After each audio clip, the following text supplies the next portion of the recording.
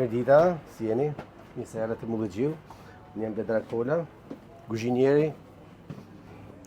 Bledi, mirë se gjeta. Mirë se erdhët. Gjë e parë që na bëri përshtypje është pse emri Mullëgjiu. Mullëgjiu sepse këtu në hyrje direkt kemi një mulli. Edhe këtu është ku blujmë ato drithrat për të bërë buken.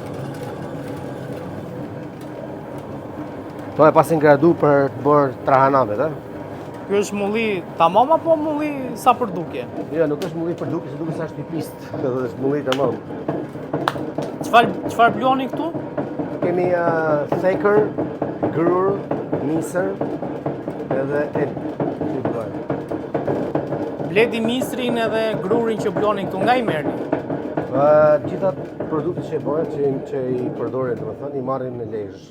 Përveç thekers, që është nga zona e jugut, fshati Tren në Korçë, dhe sa misrin e mbjellim vetë në lezhë, të tokët që kemi. Këto janë produkte që janë vendi dhe me këto produkte çfarë bëni? Një edhe kultivuar. Me këto produkte çfarë bëni? Me këto produkte bëjmë buken, që është buk theker, buk misrit, buk grurit. Gjitha ato buket që bëjmë ne janë pamaja, përveç se janë me produkte, domethënë me lëndën e parë shqiptare, por që janë edhe produkte që përdoren për pamaja. Mund të shohim pak ato bukët? Po. Kemi Kjo është buka me cilën nga misri që bluhet te mulli pak më parë që pa. Tu kemi nën produktet e asaj. Kjo është bukë me përzierje farësh, pra që kemi theker, grur edhe elb. Nësa kjo është vetëm theker, kjo është grur edhe kjo është misër.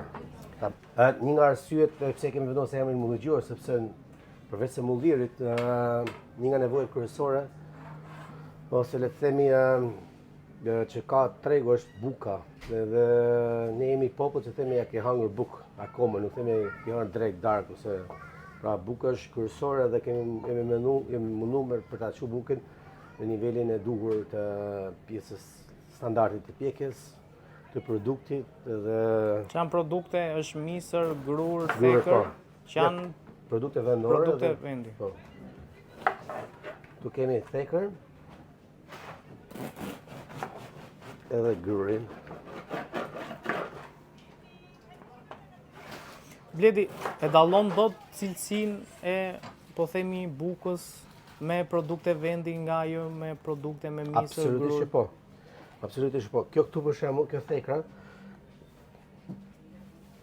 nëse ti ha një bukë të blerë me produkte të jashtme dhe me këtë produkt që është produkt vendi, steker vendi, ti nuk e dojë marrë më shumë se kaq bukë për vaks, ose pak më shumë bartësi të sasi sa hënë, por që cilësia është e dukshme. Se kur ti e merre rrit nga fara, domethënë nga mbjellja, nga kultivimi, nga helmet që janë të tepërta, që nuk është nevojshëm i hell, duhet ato që janë jo helmet, po plehrat organike që dhe kjo tregon ne bëjmë shumë eksperimente në sensin e fjalës të sakrificës të rritjes produktit vetëm me gjëra organike. Pra nuk bëni kompromise me cilësinë. Po, edhe problemi më është plehrat kimik që i hedhet për drithrave për t'i ruajtur, për t'i rritur. Ne bëmë një eksperiment me melin, është një produkt që melin nuk mbyllet më, dhe tentuam për ta mbjellë melin pa përdor ato produkte që e mbrojnë, le të themi, për të rritur shëndetshëm, duke hequr ato le të themi ato si quhet rrënjët ose bimet që janë të pa dëshirueshme, edhe kjo e bëri të pamundur për të rritur sepse vetë fara e melit ishte rritur, ishte, le të themi, problemi është se fara është llastuar. Domethënë është llastuar duke u rritur me le të themi me produkte me kimikate, dhe kur ti e lën këtë të vetme pa e mbrojtur me këto kimikate, nuk ka imunitet edhe kur përballohet me këto shkurret, le të themi barishtet, humbet atë dhe vdes, nuk rritet si produkt. Pra problemi më i që kemi bërë është kemi prishur edhe produktin, pra farën në vetvete, është llastuar, nuk ka farë që është si e egrë, si thush, për të... Bledi, po toka, është më e njëjtë si që ka qenë më përpara? Kjo është dukshme që nuk është e njëjta, por që realisht ne nuk mund ndryshojmë çdo gjë, por ajo që kemi në dorë ne është me ndryshu, është me konservimin e farës edhe me ritrajtimin e farës edhe le themi si puna palestras, po s'bën palestër, ti je muskujt nuk janë të shtu. Edhe kjo, edhe ajo që të bëjmë ne, që po mundohemi me bëj është që ta servisim farën që të rritet në mënyrë më organike dhe më të lehtëshme. Edhe në tokën që mund të ketë pasur pak ndryshime, tokat atëherë ne nuk, domethënë me sa di unë, se nuk jam agronom, por mas disa kohësh kjo pastrohet dhe nuk është problemi i madh. Domethënë ato plerat kimik që përdoren janë më shumë tek produkti që është duke rritur. Edhe toka pastrohet 2-3 herë mos si thosh, me sa di unë ka dhe janë disa produkte që mbillen edhe e pastrojnë tokën, si jonxha dhe këto tjera që e lënë 2 vite dhe e pastrojnë atë plisin ose tokën, le të themi. Bledi, çfarë produkte ka tjetër këtu te Mulli Xhiu? Ne kemi edhe ta sjell pak bozën.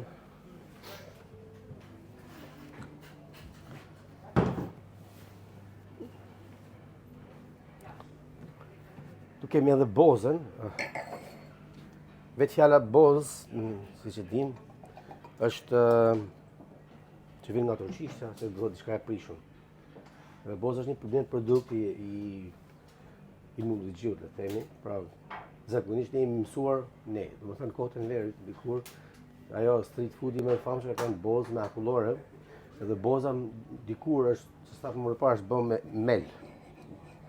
Meli nuk mbillet më, nuk ekziston më si produkt. Ne tentuam për ta rikthyer për ta bërë bozën, por për momentin ne bëjmë bozë me misër. Diferenca mes bozës me që bëjmë ne me atë që blihet është se ne bëjmë bozën me misrin kokër të zirë të fermentuar. Nuk përdorim millin edhe normalisht që boza vjen edhe nga misi që bëhen lesh. Kjo ndikon në cilësi, në shije, ndikon kudo, në cilësi, në shije, në nutricion, domethënë edhe si njihesh mirë, domethënë është një produkt që realisht të ndjen në çdo aspekt. Bledi, duhet të pyes pak për emrin dhe pse Mulli Xhiu në një lokacion, pse një mulli në një lokacion kaq në qendër, jo në qendër, por kaq në një po themi vend që ka po themi liçenin afër dhe përgjithsisht këto Mulli Xhiu, Mulliri, këto duket sikur janë po themi terma fshati, pse pikërisht mes qytetit? Një mulli urban.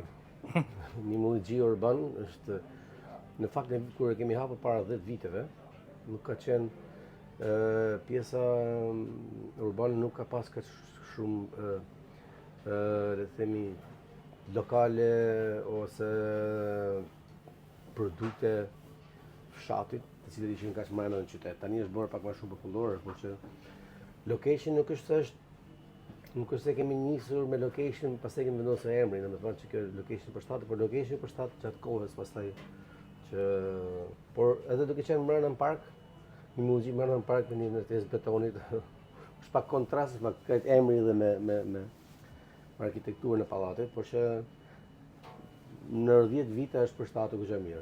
Bledi, ju na shpjeguat pak se si lindi Mulli Xhiu dhe pse pikërisht një mulli, le të themi, thonjza në një qendër kaq urbane. Po vetë Bledi nga vjen, kush është? Bledi është lindur në një fshat të Lezhës, që është madh, në një fshat vogël i cili tani njihet për gjelat e detit dhe për shalqinjen e verës.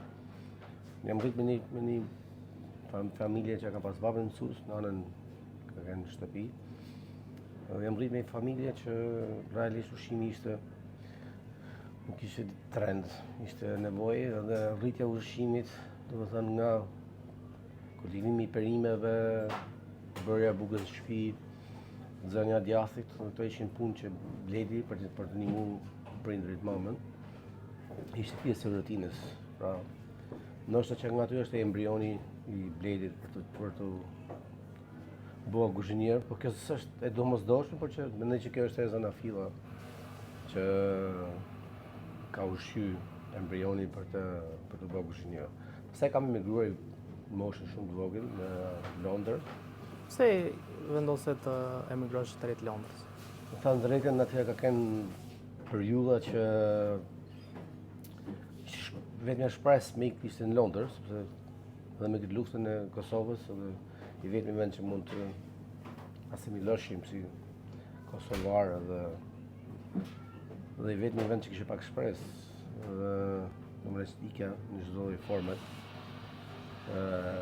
Jo me gomone, jo me kamion. Tani që nuk është një gjë e re, por që edhe atje vazhdova si pedalars. E di që është pak klishe ke pjesë e pedalarsit, por është realisht është fakt. Dhe sepse pse pedalars jo mekanik, nëse pedalars ishte i vetmi vend ku ti mund shkosh i pas një shkollim edhe mund të gjesh një punë që mund. Është një punë që gjehet më kollaj atje. Më kollaj, po nuk pyet kush, edhe nëse nuk di me fol, vetëm me body language mund të integrosh. Edhe hapësirat janë gjithmonë të nevojshme në kuzhinë edhe për qenë pak ndoshta ilegal ose me një dokument tjetër, sepse ato nuk i nisi i vesh në kuzhinë gjithmonë. Sa kohë punove si pjatalarës? Kam punu 6 muaj po, 6 muaj pjatalarës. Pastaj kisha një kuzhinier japonez, edhe një kuzhinier austriak që ato ishin, më thënë, hard on me, ishin të figura e babës, më thënë. Të të shtynin shumë që ti të ecje parë. Ecje parë dhe ato me bëshin një lloj krahasimi që se të mos kjo austriak, kur Roland Gose, këmë të dhe mu nëse nuk bëhesh kuzhinier, nëse nuk bëhesh kuzhinier do bëhesh kriminal, se kuptosh kriminal, do përfundosh në rrugë dhe disi më trem të kjo pjesa e përfundimit në atë lloj format. Me ndihmoi shumë për shkullën në shkollë, për të bërë një shkollë që ishte një kurs mbrana një universitetit. Edhe aty vazhdoj mrapa ajo, në fakt deri s'kam dish kur më u bë kuzhinier, sepse kur e shikosh stilin e tesës,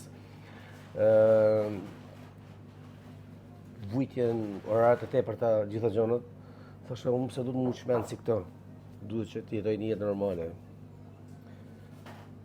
Edhe pas sa kohësh, si mbarova kursin e pash veten në orar pushimit, duke lexu libra në bibliotekë, se bëhet fjalë 2005, në kohë s'ka pasi ndonjë. Ka shumë mas. Në gjeta veten duke lexu libra, duke punuar në ditë pushimit, ku kisha pushim shkosha punosha pa lek, të bëj stazh. Derisa arritëm një pikë që më bë si smundje. Nëse pasion në hob më rritat shumë sa që kam pas eksperienca të ndryshme, pastaj në Londër me dy Michelin të pjetrat se me kuzhiniera që kanë pas goxha emër në atë kohë, edhe influencë, edhe kjo ishte ajo që ka rri moment pas në 2007-ën, mas disa viteve sakrificë dhe vujtje në fushën e kuzhinës dhe emrin si shqiptar që ti thoj dikujt shqiptar dukte si ishte kriminal. Ju dukte për kishe këto lloj eksperiencës në Londër. Dhe unë thash me dëshirën time më të madhe është duke shkuar me të ktheheshe në Shqipëri. Po, të ktheheshe në Shqipëri. Hika me kamion, nuk ktheva me avion, por kisha më shumë mend kur hika se kur u ktheva, sepse pa e ditë, domethënë isha më naiv kur u ktheva atë, sepse nuk e dija se çfarë do prisje, por që dëshira ishte për të rikthyer atë si thosh për të rikthyer patriotizmin e themin thojza nëpërmjet dashurinë nëpërmjet stomakut në kuzhinës. Edhe ishte ajo që më bani më kthy më shumë në Shqipëri në 2007-ën. Sa vite nete në Londër? 7 vite. Kam ikur 99-ën, gusht, jam kthy sa 6 gjys. Çfarë gjete gjithë ndryshe në Shqipëri? Atje? Në 7 vite, kur u ktheva? Diversitetin, kulturës, silin e tezë më të mirë normalisht. Nuk gjeta aty që është në gjente në ngrohtësia. Dhe atë klimën që është realisht kryesorja. Por që për mua ishte unë mendoj që ju mendoj për është fakt emigrimi nuk është krim. Emigrimi është në këtë lloj forme janë zhvilluar kulturat vendet, është kontaminimi i kulturave dhe njerëzit zhvillohen, domethënë kjo të din historia nuk është një shkencë, por që emigrimi më ka bë me është një këndvështrim tjetër i kuzhinës shqiptare, sepse nëse ti je i mbyllur me një vend dhe nuk e kupton kuzhina tjera, nuk e se si reflektosh dhe ta zhvillosh këtë gjë që ke këtu përpara. Pra edhe që në marrë në kuzhinë në Shqipëri nuk është mendoj që me emigrimi ka ndikuar goxha mirë me mua dhe me shumë njerëz tjerë, kolegë tjerë që kanë ardhur në film rrapsht. Sa e vështirë ishte të nisje diçka në Shqipëri? Vështirë ka qenë gjithmonë, unë më mend kur filloi punë, ishte marrësisht vështirë me fillu punë, jo me hap diçka. Unë pata punu me dyje, por nuk kisha eksperiencën nuk kisha akoma ide të qarta se çfarë do bëja me kuzhinën shqiptare, rivizitimin e kuzhinës shqiptare, se kishte ardhur me kuzhinë dyje Michelin edhe me teknika franceze që ishin shumë lart, edhe marr këto me kuzhinë që kishin një fritezë, një fur picet edhe lënë hezar me këto standarde që ishin atë kohë, ishte shumë e vështirë. Edhe unë kam pas vende me biznesmen që kanë shumë biznese sot që më kanë thënë ik nga puna se ti nuk je kuzhinier, vetëm kuzhinier nuk je, se kuzhinieri atë kohë ishte një gru, një zonjë që kishte punë një fritezë, një tigan, edhe një sop picet, në atë kohë po flasim. Kuzhinët ishin lanë mas doret. Edhe fati jemi më mas disa vite, 2010-ën, unë shkova tek René Regjepi, bënë stazh në Danimark, te Noma, kontaktova René edhe eksperienca atij që kam bërë 3 vite ndryshme stazh në Noma. Kjo më ndihmoi, domethënë për të forcuar bindjen time te atij mendimit që kisha kur erdha në 2007-ën. Sepse thash, nëse danezët mund ta bëjnë këtë punë me një kuzhinë që nuk ka asnjë lloj database, nuk ka asnjë lloj framework, le të themi, me një vend ftoftë që ka pak përbërës e kërë në radhë, thashëm, çaj mua Shqipërisë me këtë klimë, me këtë diversitet, edhe kjo me bani mua me unin rahat edhe i dha kuptim kthimit tem 2007-ën. Që pastaj aty fillove që aty filloi ajo çmenduria jeme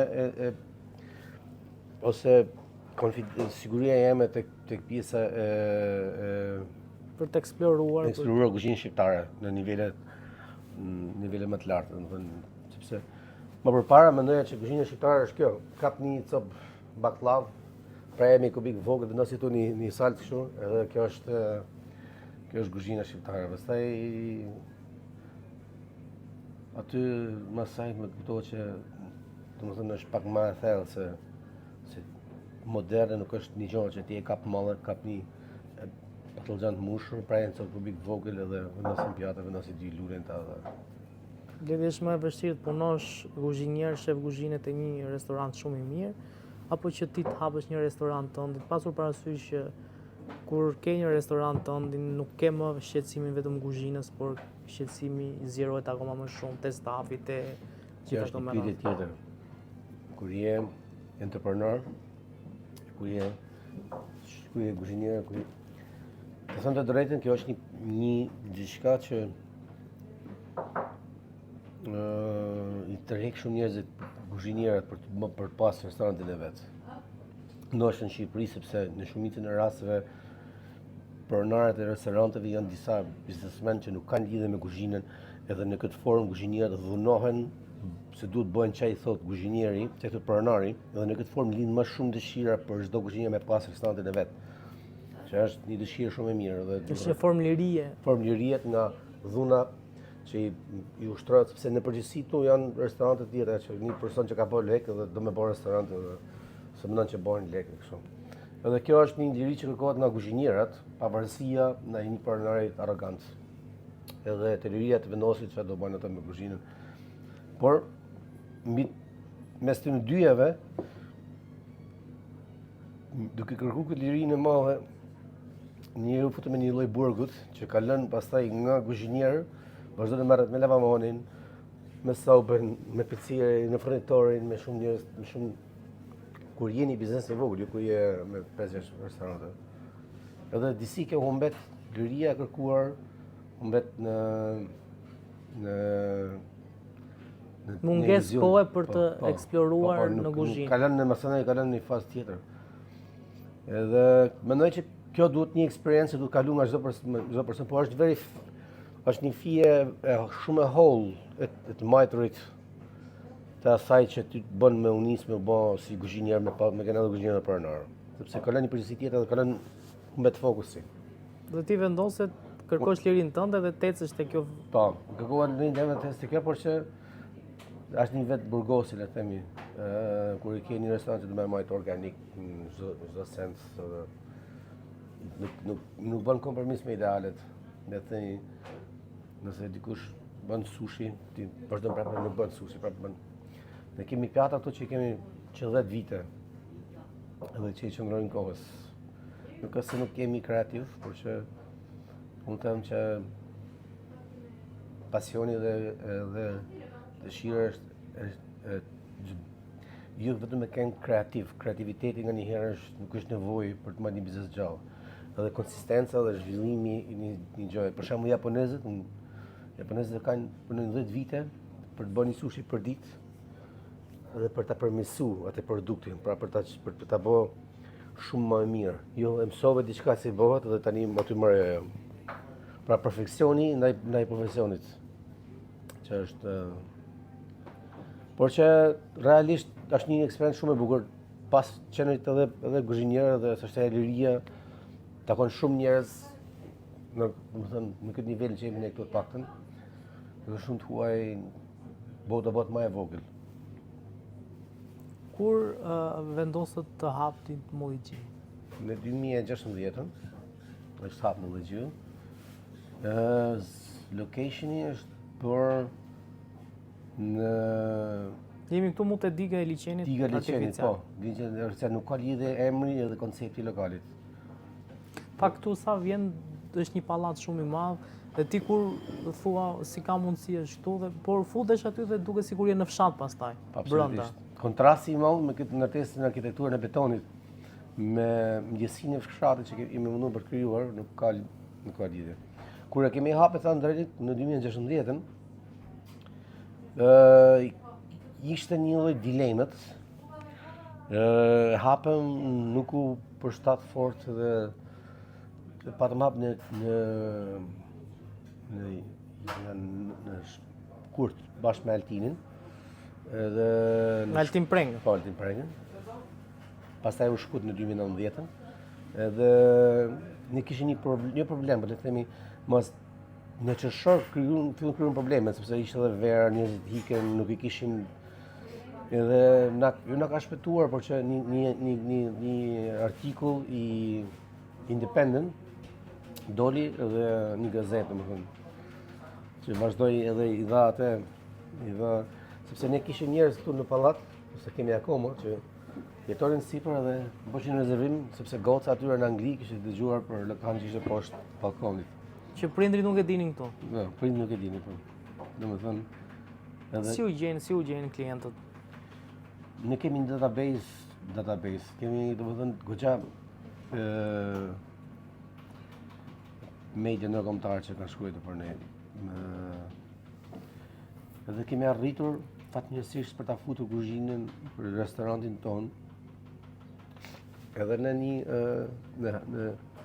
në gujdat ndërkombëtare, si është Iden Dragoloz, që jemi i vetmi restorant në Tiranë që ekziston të ka gujtë italiane, 50 Best, domethënë gujde serioze që ekzistojnë, edhe jemi po i vetmi restorant që jemi këtu të 50 Best Restaurants in the World, kemi të Gambero Rosso, kemi të Fine Dining Lover, pra kemi një gamë të madhe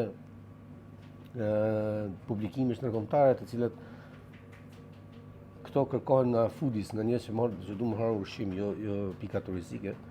Edhe kjo e ka bërë që të jetë më e dukshme. Përgjithsisht janë vetëm tuaj që vinë këtu apo? Nuk janë vetëm tuaj, është diaspora, janë në shqiptarët, por që është bërë si, domethënë, me modesti më të madhe, por është bërë një destinacion atyre personë që duan me provu, le të themi, për të marrim shembull pak ekstravagant, por vetë në Oman Danimark, aty nuk shkojnë njerëz që hajnë për ditë një supë dhe i shkojnë vazhdojnë punën, pra nuk është ky lloj tipologjie restorantit. Kur shkon te Noma, shkon një herë në vit, po themi ose tani El Bulli që është mbyllur se Osteria Francescane. Te lokalet që janë pak po kemi edhe edhe kemi menu që quhet metamorfoza, që është vetë nga emri metamorfoza, që ndryshon, ka 7 pjata, 8 pjata në këndvështrimet e mia si kuzhinier. Kemi edhe ato që shërbejmë kecin, troftën, domethënë troftën e kelmendit, pra menu është petkat e rushnicat, jufkat. Pra nuk është se jemi lokal turistësh. Jemi ato por kemi edhe këtë pjesën që thash menu metamorfoza që është për ato foodies që vinë ato. Çfarë pëlqen më shumë tuajt kur vinë te mulli Gjiu? Pra cili është ai ushqim që janë të apasionuar shumë, që e pëlqen shumë pasi e konsumojnë? Nuk është se kemi një gjë që është karakteristike, por që ajo që pëlqen më shumë është menuja metamorfoza që kemi. Menuja metamorfoza kemi përfshi nga veriu deri në jug, pjatat. Vazhdojmë për shembull të ndihme me sallatë me hurmë, kungull, domate thata. Vazhdojmë me supë alipash, pra kjo përmbledhja e copës të Shqipërisë, kafshatat, e gjithë ato në pjatave tradicionale, kemi flinë e kuksit me faqe e viçit, kemi rëshnicën që do ta shohim sot.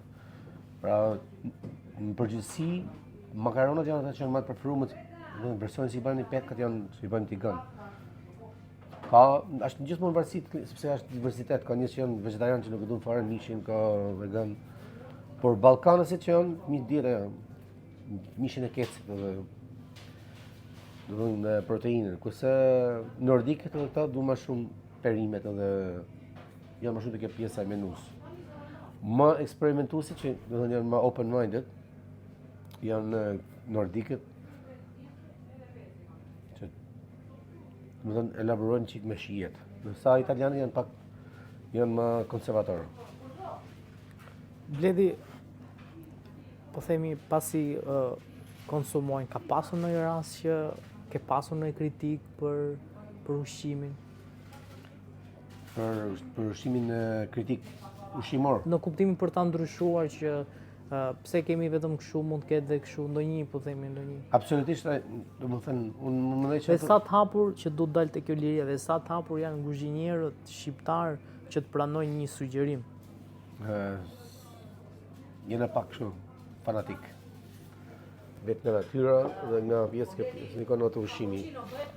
Edhe në këtë formë ne i bie që shqiptarët janë pak kokfort. Edhe por që nuk kemi fort mendje hapur, nuk e pranojmë fort kritikat. Jemi persona që si çdo lloj fushë tjetër, jemi pak emocional. Sa ka ndryshuar kuzhina shqiptare vitet e fundit në krahasim me shumë. dhe kush e ka bërë këtë ndryshim? Janë 2-3 fenomen në treg që kanë ndryshuar domethënë. Por realisht që nga le themi ne kemi dhënë një zjarr të vogël kësaj gjës në Tiranë duke kaluar modestinë. Më përpara 2016-ën një ministër ose një post drejtues whatever që kishte një delegacion për të ardhur në Tiranë merrte e çonte një kuzhinë italiane franceze për ta nderuar, për ta respektuar. Tani këto kanë ndryshuar kohët aq shumë sa që një ministër është krenar për ta quajtë filan restorant që ka shumë Tiranë tani diversitet, që bën kuzhinë tradicionale për vizituar. Edhe kjo është gjë më pozitive sepse është kthyer komplet ndoshta edhe nga atraksioni, nga kërkesa e tregut, që duan turistët kuzhinë shqiptare, por që kjo është gjë pozitive, por që është shumë e rëndësishme për mua, mendoj unë, mos më abuzuar me këtë pjesë në kuzhinë tradicionale shqiptare. Për mua është më shëndetshme me thënë me bën një sushi le themi, por me e bën me oriz shqiptar, me alga shqiptare, se sa të bësh një kuzhinë tradicionale shqiptare me mish brazilian dhe me produkte të jashtme. Pra nuk mund të shkojmë se në këtë lloj forme, në këtë lloj detimi po shkojmë. Domethënë kuzhina shqiptare po bëhet në format më të ndryshme, popullore kështu, por që them që ka pak abuzim tek pjesa e lëndës parë. Pra, mua nuk më intereson ta ha një tas kebab, le themi, se është shqiptare, nëse bëhet me mish brazilian ose me domate që kanë ardhur nga filan vend. Pra du të rrim kornizës jo vetëm kuzhinës teknikës, por edhe produktit, që është shumë e rëndësishme. Sepse nëse ne bëjmë një kuzhinë shqiptare tradicionale, por nuk përdorin produktin vendor, S'është më tradicional. nuk është më tradicionale. Edhe kjo është definicioni i kuzhinës tradicionale shqiptare. Përveç se produkti vendor, unë mendoj që duhet përdor edhe produkti i stinës. Kjo është shumë e rëndësishme stina, sepse realisht unë gjithmonë e vej si krahasim për njerëzit që nuk i japin rëndësi stinës. Kur më vinë në dimër, më kërkojnë domaten, sallat fshatit, që është shumë klishe komplet. Dhe unë fal, po e shikoj kështu, pse s'ke me pantallona të shkurt?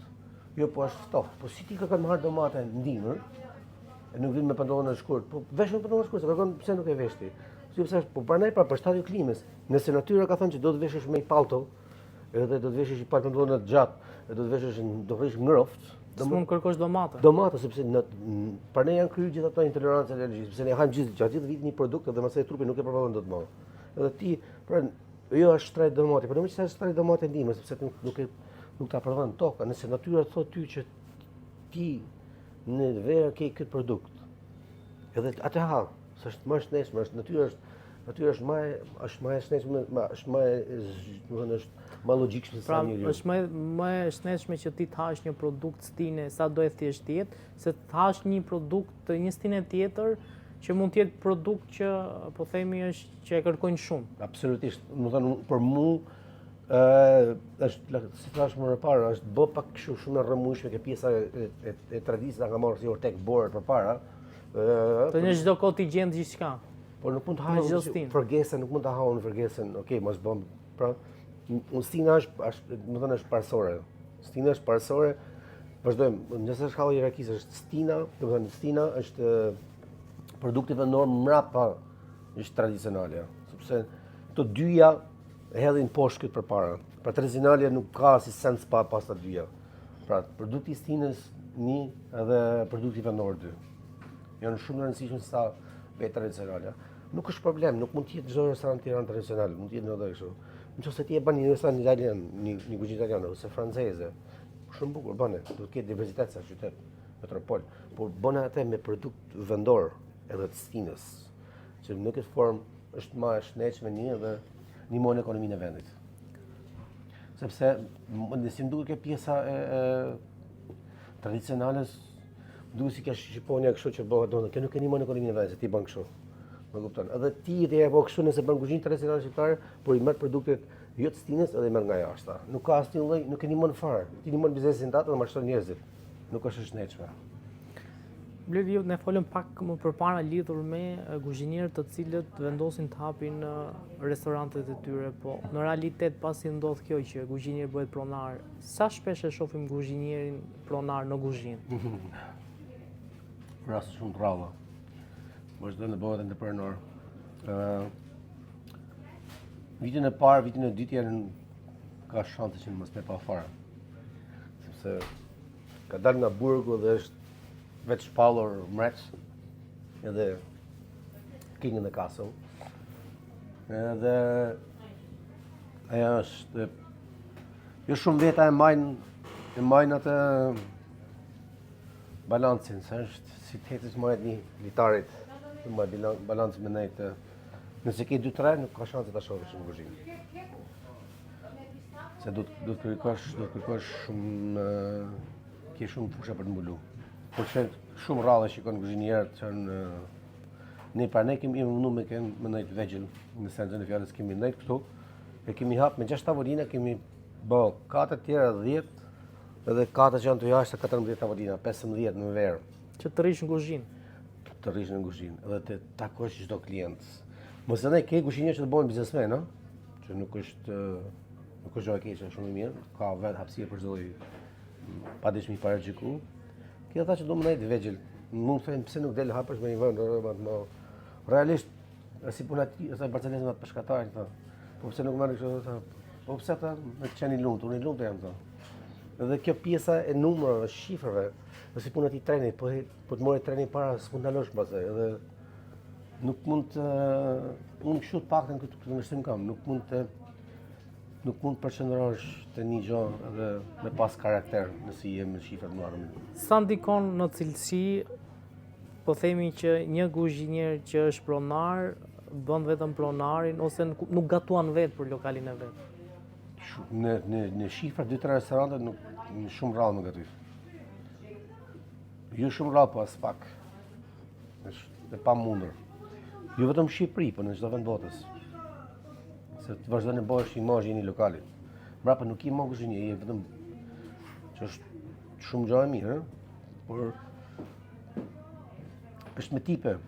Por që kur kalon në fazën e kësaj nuk i më shumë rrallë me gjithë një person që gatuar. A ka solidaritet mes, po themi, pronarëve të lokaleve, restoranteve që janë kuzhinier për të mbledhur bashkë, për të eksploruar së bashku në receta të ndryshme? Të them të drejtën, jo. Këtu në Shqipëri,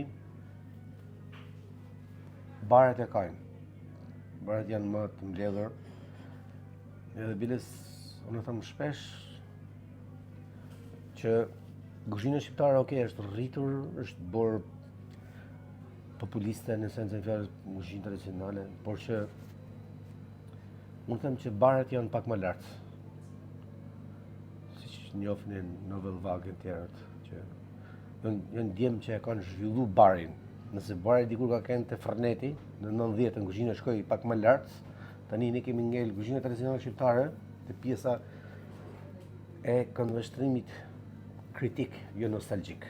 Nëse e shohim kuzhinën tradicionale shqiptare me synin nostalgjik, ose mirë paçe, ose mirë kjo, ose mirë, ngel gjithmonë aty. Nëse e shohim me synin kritik, në sensin e fjalës për të zhvillu, ne kemi ngel të Bersaulo me bafala mozzarella, të pjesa kreative, po them. Stash duke përfshi edhe mua, sepse tregu po mendoj që ka është një gjumë të çik të madh. Kuzhina tradicionale shqiptare është në pjesën kreative. Po them kreative ekstreme, domethënë me u përfshini për guidat në kombëtare, me sjell vëmendjen e gazetarëve gastronomik, jo turistëve që vinë me çan në shtëpinë, du më harë një gjatë shpejt. Edhe mendoj që është pak mrapa. Nuk e ka të bashkëpunimin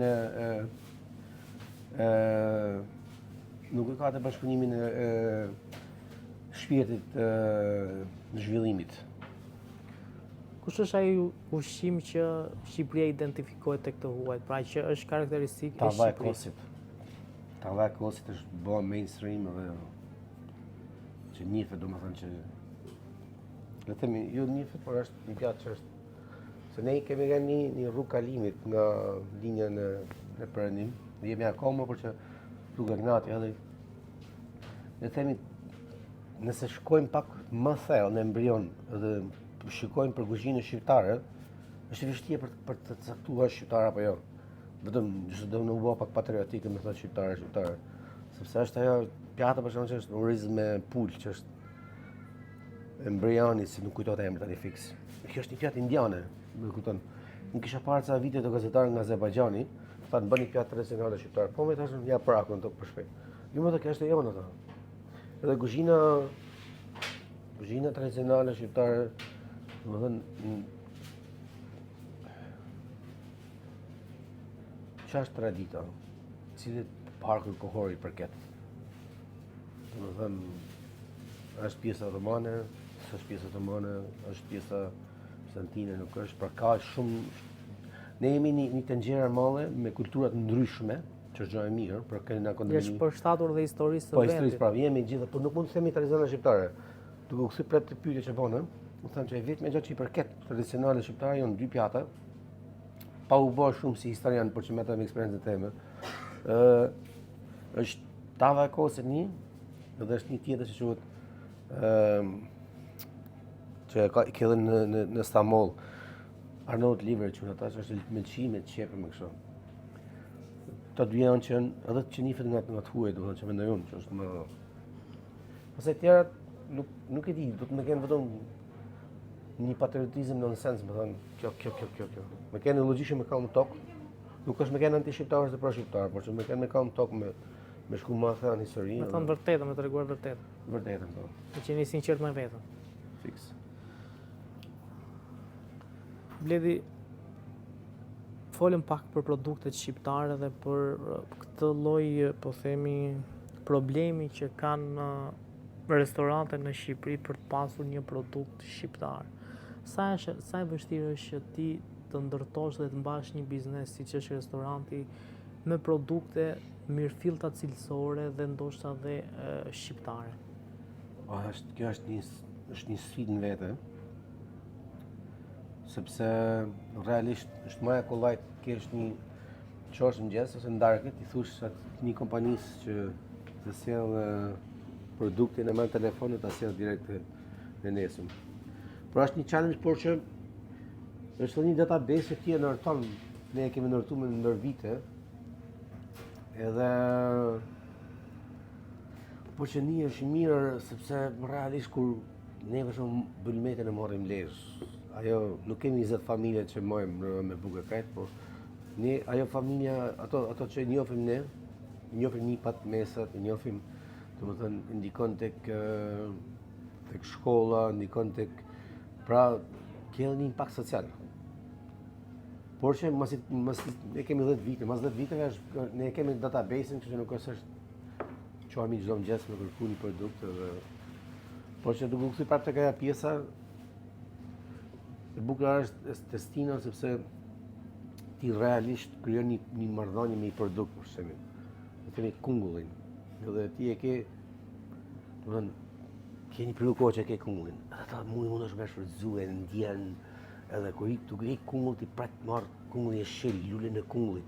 Pra krijon një lloj marrëdhënie me produktin, edhe përveç se kësaj edhe me personin që ta arrit produktin. Leti, çfarë do gatuajmë sot? Sot do bëjmë 3 gjana. Rëshnicën që e kemi bërë version paelët. Kemi gjondrët e viçit që kemi bërë versionin mish me lakna, që më rritë.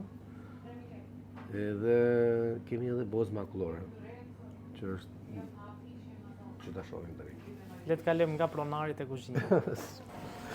Siç thash më parë, ajo që kam unë si koncept, si filozofi, është për ta pa kuzhinën shqiptare si në syrin kritik, jo syrin nostalgjik. Që do të thotë, ne kemi ndryshu stilin e tesit, por duam t'i hajmë gjërat që ne kemi më parë. Ky është një rivizitimi i rëshnicës. Pra, e kam trajtuar rëshnicën e kam bërë si paella. E di se nuk ka lidhje me ata, disa shqiptarë do të thonë pse na prish kuzhinën, do ketë ço kritika pafund, por nuk ja u prek kuzhinën me dorë, thjesht të bëj një rëshnicë stilin e Mollëxhiut.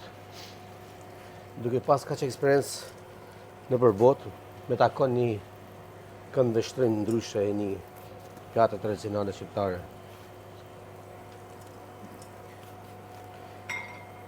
Çfarë prejardhje ka ky ushqimi, çfarë krahinën? Me sa diunesh nga fire i bën shumë këtë. Do ta përdorim me pak fara lule diellit, sepse farat janë ato që na kujtojnë femërinë, jap edhe një shije shumë mirë kësaj. Farat.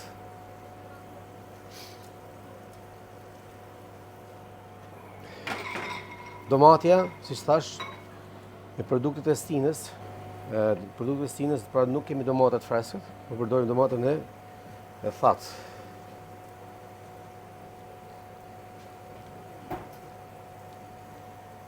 Një skuqe të avash.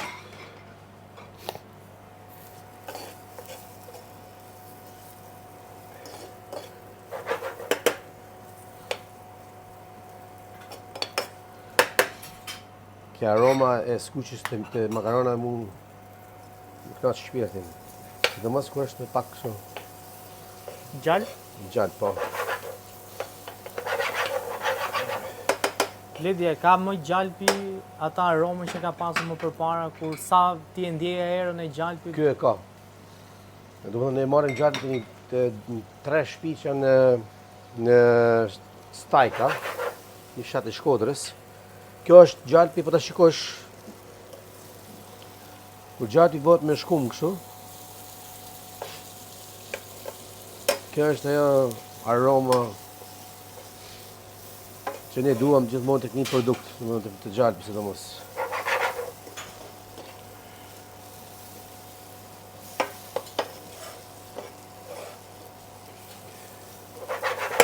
Dhe këtu duket gjalpi mirë, ku bëhet kështu si shkum.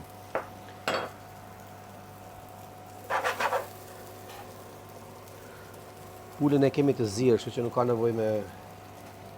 Kjo është një teknikë që e përdorin italianët normalisht, që quhet risottato.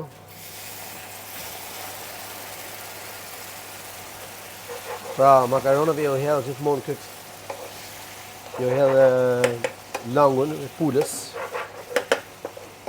gradualisht.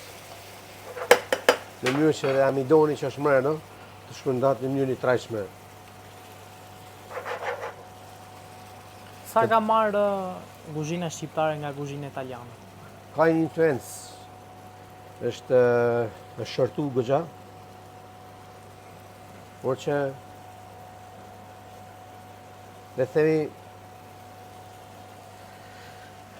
është influencu goxha shumë. Po ne kemi një dy makarona që janë shqiptare. Nuk e di nëse keni hasur në videot e në për këto gjërimit, por shtrydla për shembull. Shtrydla është një makaron që është si noodle shqiptar, bëhet me, do të tregoj foton pastaj. Bëhet brumi, hapet mes edhe hapet më rreth, më thashë makaron që bëhet familja krejt, edhe hapet me dorë derisa rrethi nuk derisa rrethi qëndroj domethënë. Pastaj bëhet me dorë. A gatuhen në... Jo, në Shqipëri s'më marrë që i manë kurse janë shumë të do shumë vështira për të... Për të bë, po. Janë noodle shqiptar që janë makaronat që janë marrë nga arbreshet në momentin që kanë emigru. Janë dy, është shtrydlani edhe dramca. Dramca është po një pjatë arbreshe, që dy pjata makarona shqiptare që i ke në vetëm edhe po të kërkosh në Google, shtrydla, nuk lidhet asnjë gjë tjetër vetëm përveç një klubit futbollit që është nga Italia, që lidhet me arbreshet. Shtrydla dhe dramca. Pra kemi dhënë, kemi marrë me italianët. Unë jam gjithmonë në idesë që njeriu kur pushton nuk ka mundësi me kriju, pushton në çdo aspekt. Pasi thosh sot për shembull në Angli ke pjatën tradicionale tikka masala. Dikur indianët pushtun Indin, morën pjatën, tani pjata tradicionale indiane është pjatë le të themi klasike ose pjata më e shitur në Angli është tikka masala. Edhe njëjtë gjë mund të kenë edhe me pjatat tona shqiptare, ndoshta me në kohën e Pranërisë Osmane. Okej.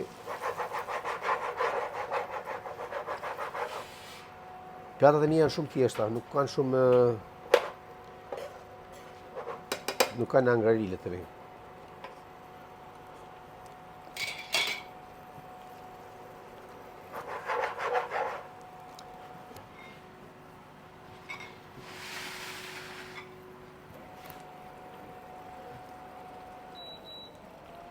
E ngrejmë qikit.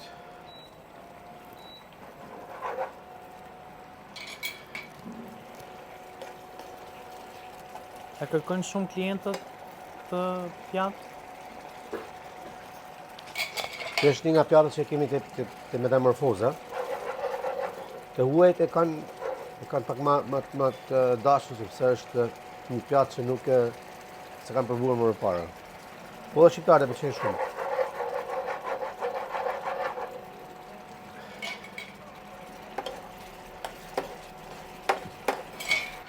Besoj se në Shqipëri tani është kthy trendi që të gatojnë edhe burrat nëpër kuzhina, sepse më përpara ishte e mbaj mend kur erdhe një rast në Lezhë më treguat e pjesën e paragjykimit profesionit. Edhe po i thotë pronari kamajerit, vendose përparse, po ne i themi boqe në veri. Boqe si këmë pas marrë gradit më. Edhe erdhi mi pikë diskutimi midis pronarit edhe kamajerit, sepse me vu përpara se ishte punë grash. I thotë kamajerit se vendose ti pari. Thotë pronarit. Se u nitë si ofenduar. Po në të kuzhinë vendose. Ledi, si shpjegohet që shumica e restoranteve i kanë shefat e kuzhinës meshkuj, ndërsa më shumë në shtëpi gatuajnë gratë. Ma shumë? Në Shqipëri gatuajnë gratë, në kuzhinë. Pra nuk parashofim shumë shefe femër. Po, është vërtet, po, problemi është se... Qa e bënd vështirë këtë që shka? Po, është stili jetesës edhe ajo vështirësia në punë. Dhe më thënë, të punosh në kuzhinë, ti je shef kuzhinë shumë e vështirë. Sepse Ndërsa në shtëpi është pak, edhe unë vetë nuk gatu në shtëpi. Në shtëpi është pak më, don qetësi gryet, don nerv, don angazhime, më shumë.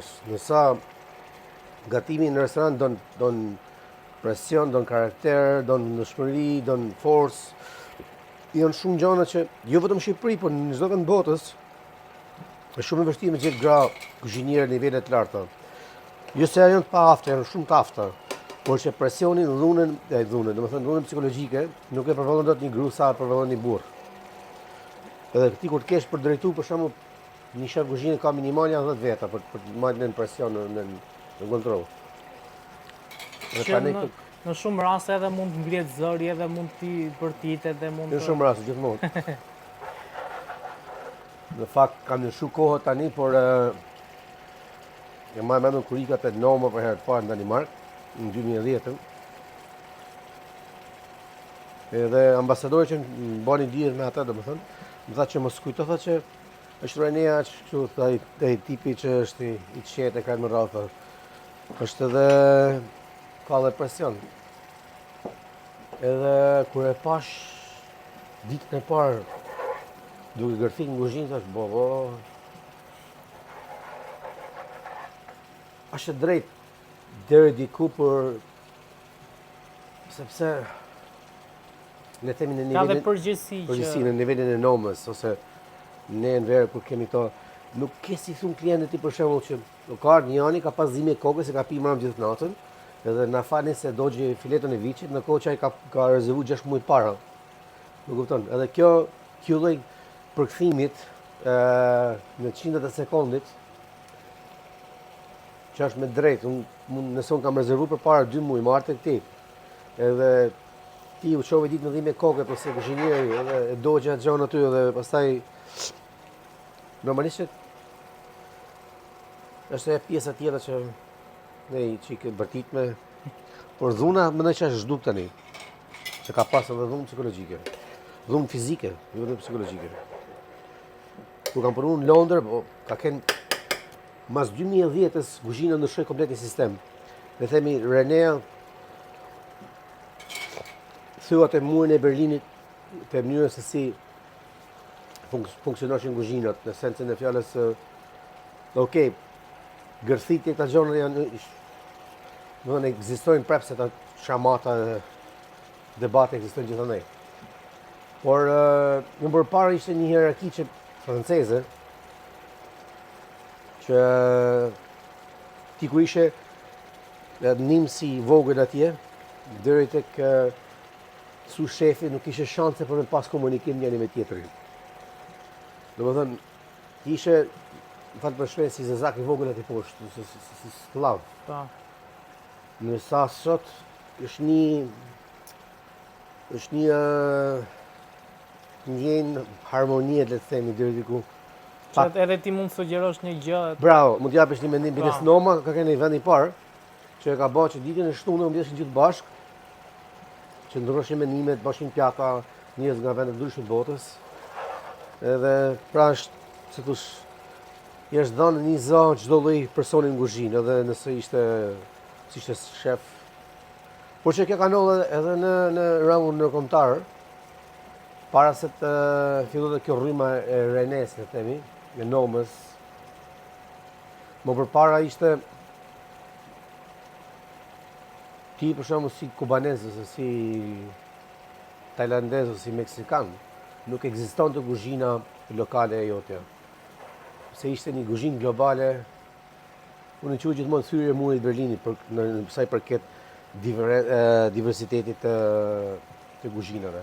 Më përpara, deri në 2010, 2013 maksimumi, domethënë shkoshe në Hong Kong kishe kuzhinë franceze, shkoshe në Meksik kishe kuzhinë franceze, shkoshe në Tajland kishe kuzhinë franceze, nivel të lartë dhe matule shumë radhë. Nuk ekzistonte. Tani është ky, është dhënë zoni i çdo lloj shefit, siç thash në kuzhinë, vendor që të bëj diferencën. Diferencën edhe të thotë, për shembull, ti sot ke më shumë lyje Michelin ke në Meksik, të themi, në Chili, sesa në vende të tjera. Por kjo është pjesa tjetër pozitive që ka krijuar rryma e nordike, le themi, ose e frymëzuar nga Renea.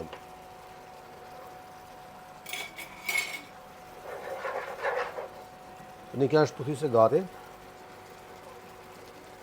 Ma marrni ti kanë hekër, lutem.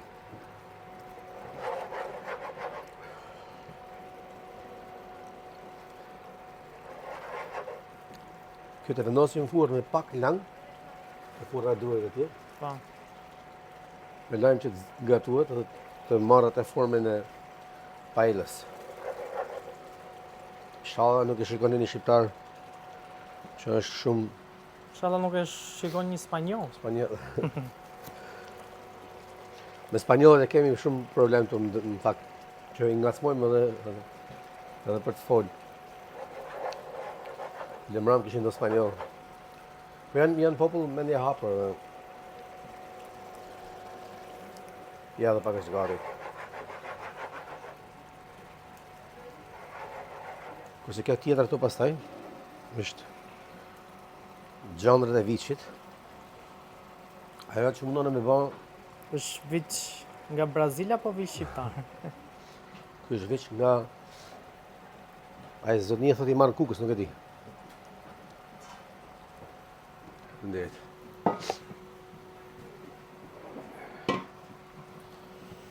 Ka pak vaj kësaj.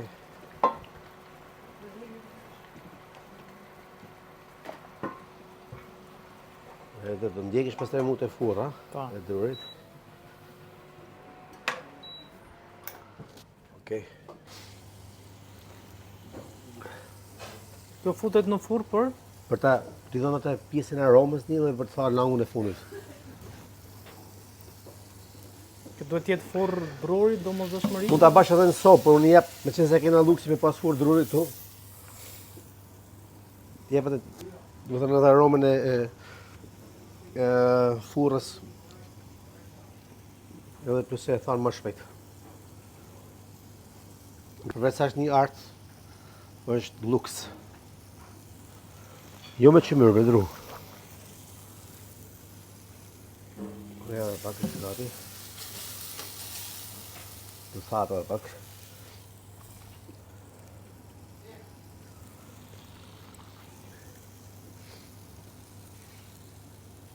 Për mu gatimi është, duhet jetë një kështu terapi, duhet jetë edhe në shtëpi, po edhe në restoran. Diçka relaksuese, nuk mund kthehet në ekuacion. Stres. Pra nuk mund të jesh duke gatuar dhe duke menduar si do dali Po, që do bëhet çak. po në moment që kryet, bëhet stresi nuk është më... Fakt thonë shumë që kur gatuan edhe gjendjen tënde emocionale që e ke mund t'ja përcjellësh Ushqimi. ushqimi. Po, Pra, absolutisht mund po. të dalë, nëse ti je i mërzitur kështu, ushqimi mund të dalë jo i mirë. Bëhet fjalë, është shumë e vërtetë. Nuk mund të perceptohet që ti t'jesh edhe pak. Merr një dras druni këtu të. Nuk mund të perceptohet që ti t'jesh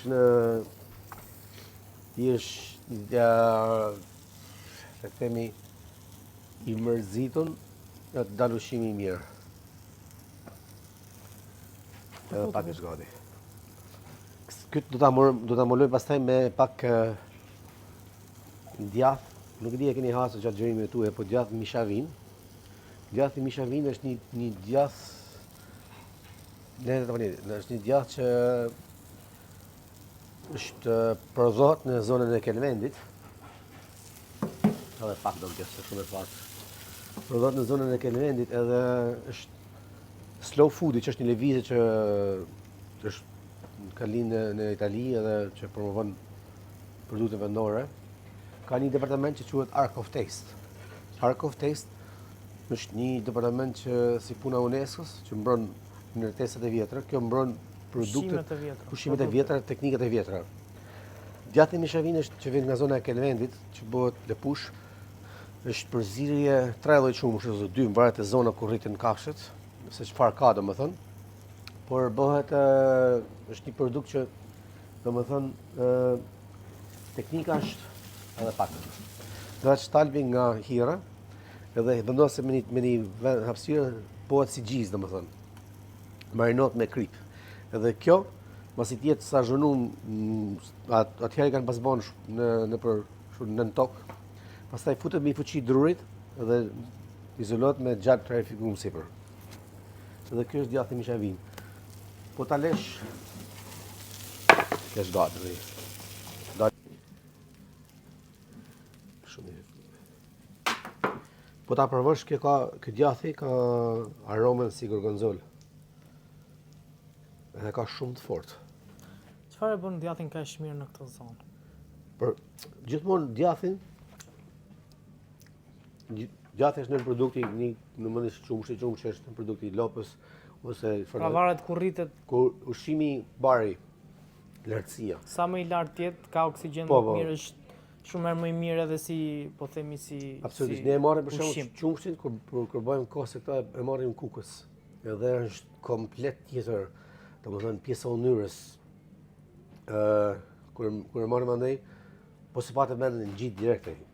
Ynyrë, do të ka dalë ynyrës me kanë data e pjesa e ynyrës sipër. Edhe domethënë çau shet kafsha është ajo që e bën më të veçantë. Kjo është fundimtarja.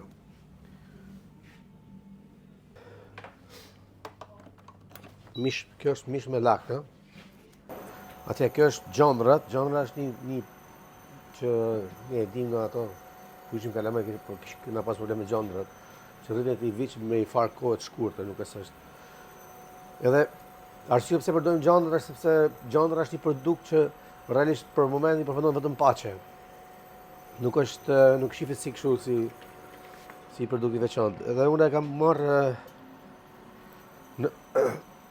në Europë, në restorante të mira, kjo është shumë e veçantë dhe si foie gras, domethënë që mund trajtohet si produkt i shumë i mirë.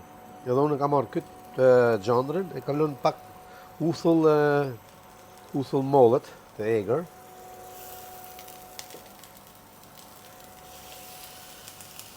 Kjo është pjatë shumë e thjeshtë. Domethënë lakrat, armen, ose lakrat bara Lakrat ushqi si janë. Lakrat ushqi, po. Lakrat bara të shqit me këtu. E kemi lanë në uthull të bardhë, sepse gjondra është një dhjam. Edhe për këtë arsye, për ta balancuar, për ta mbledhur pak atë, e kemi lanë gjithë natën në ndet.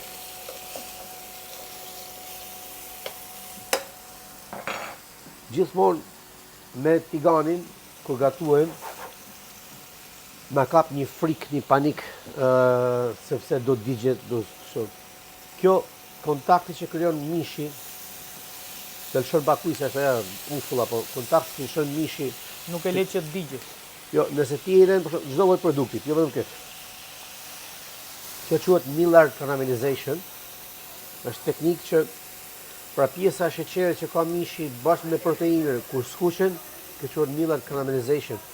Dhe jep një shije produktit, edhe nuk quhet, kjo nuk quhet, domethënë mos kemi frikë se ngjitet. Edhe nëse ngjitet, lënë derisa ta forcoj këtë pjesën, edhe pastaj e lëviz vetë.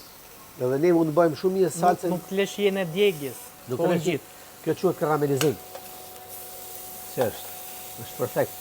Unë kap stres që ku shikoj ata kuzhinë që tunën i gani kështu domethënë që po dodge, u bë nami.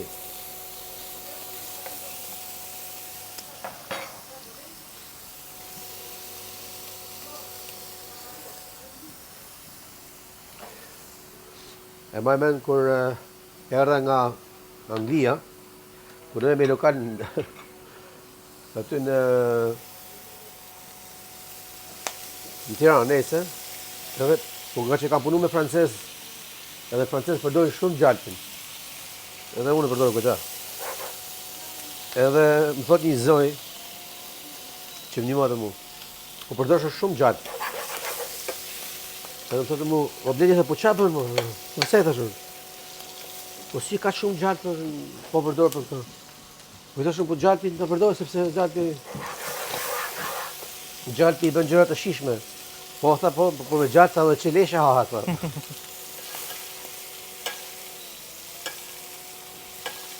Edhe kjo është shumë e shpejt për të gatuar, nuk është se. Kyt për shembull të huajt vdesin për ta. Ju pëlqen shumë gjondra me tushi.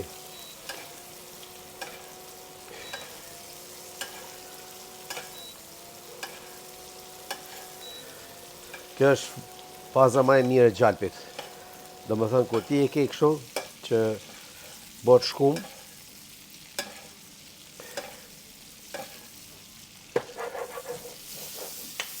Edhe Pak, gjithmonë- Ledi ka pasur një përmbysje të piramidës nga Shtetet Bashkuara të Amerikës, se tashmë po kthehet te qumshti, te kosi, te produktet, po themi, shtazore.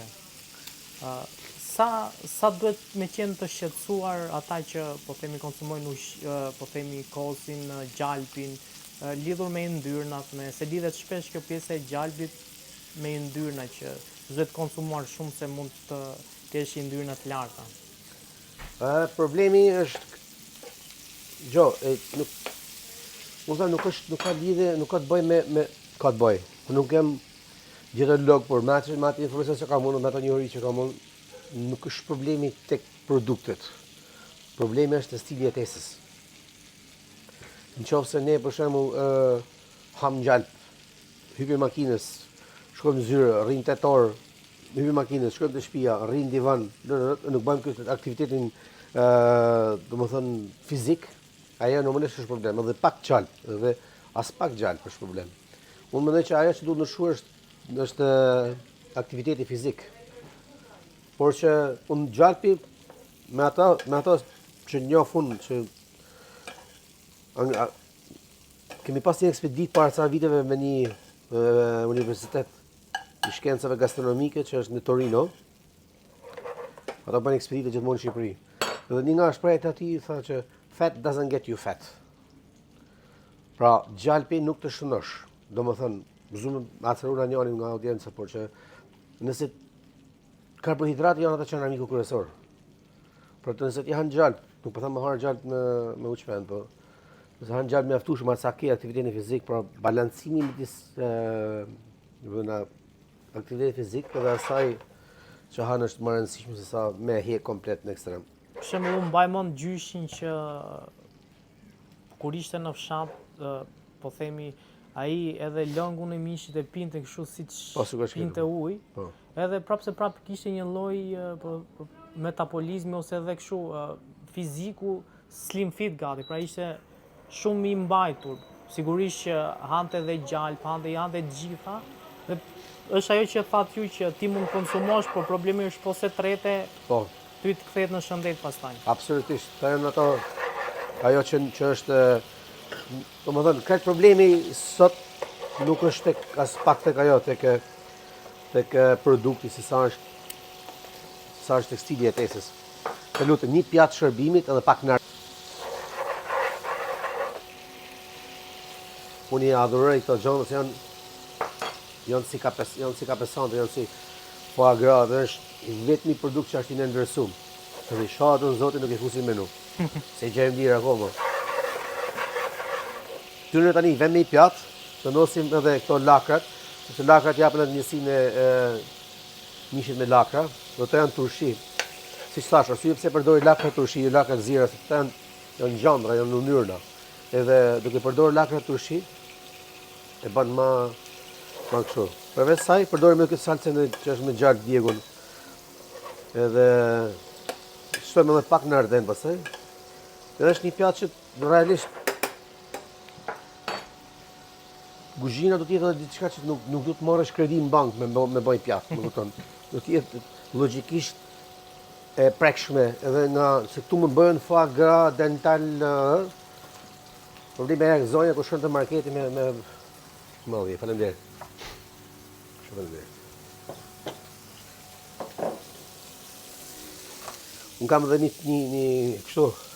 një teknikë, le të themi, ose një mënyrë, nuk harxoj shumë kohë.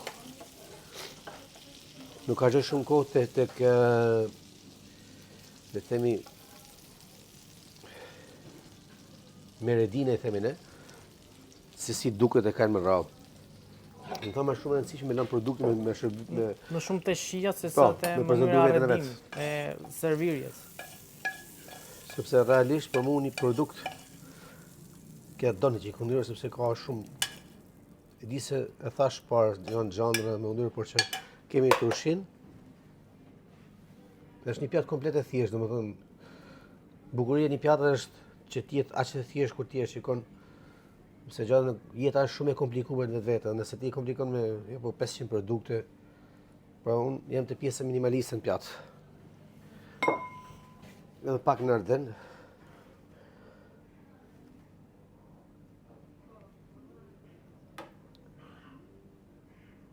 Shumë veta mund të përdorin edhe aceto, se ku ta di unë, ose sallë soj, por unë duke qenë pak patriotik, përdori në Ardenin e kumllës. Të lëmë Edhe shënduar. çekës. Tani, tu kemi pjatën e fundit.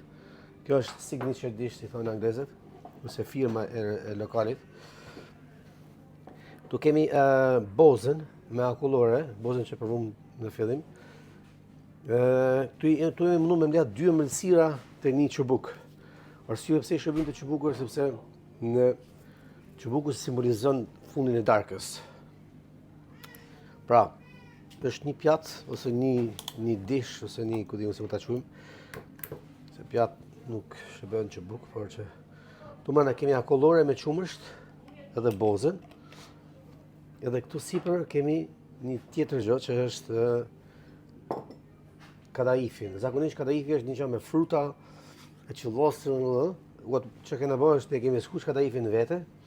Tu kemi bërë pak pluhur karamelit. Edhe këtë ja hedhim sipër kadaifit. Pra ti teknikisht ke 2 recetë, 2 ëmbëlsira me një edhe kjo këtu nuk është vetëm e bukur në çubuk. Kjo është si çubuku i të parëve tanë që në momentin që mbaronin darkën ndisnin një. Bravo. Edhe këtu kjo konsumohet shumë. Pra te ky çubuku pihet boza me akullore këtu. Edhe hahet kjo karameli në këtë formën.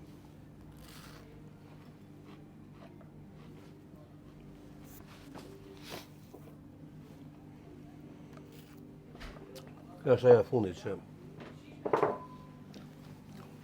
Bledi, qa mesazhit fundit keni për jo vetëm për po themi për të gjithë ata që janë dashamirës të ushqimit.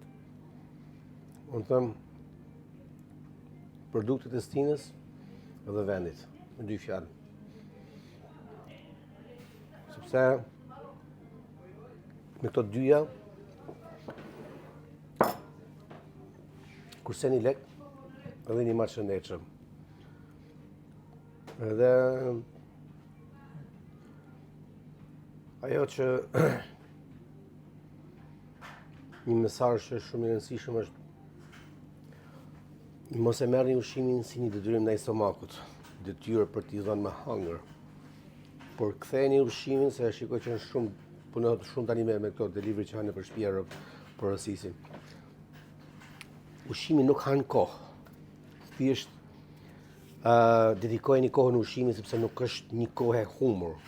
Domethënë, shumë veta përtojnë për të gatuar në shtëpi, ose don kohë, bën në shtëpi armuj. Fjala më absurde që një gjë është të marrë shtëpia erë. Domethënë, ti nuk je në farmaci në shtëpi, do të jetë. Nëse shtëpia nuk ka erë, ushqim nuk është. Pra me kthimi i gatimit në shtëpi është e domosdoshme. Sepse duke kthy gatimin në shtëpi rikthen kulturën e të ngrënë në shtëpi, mbar për afër një familjes, pra njëri duke qenë patatën, tjetri qepën. Nuk kemi kohë, nuk kemi kohë. Bën njerëzit Bashk, nuk kemi kohë.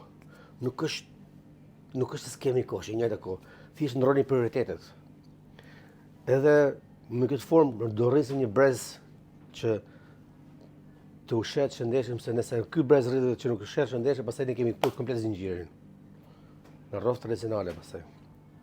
Faleminderit shumë për kohën. Faleminderit shumë.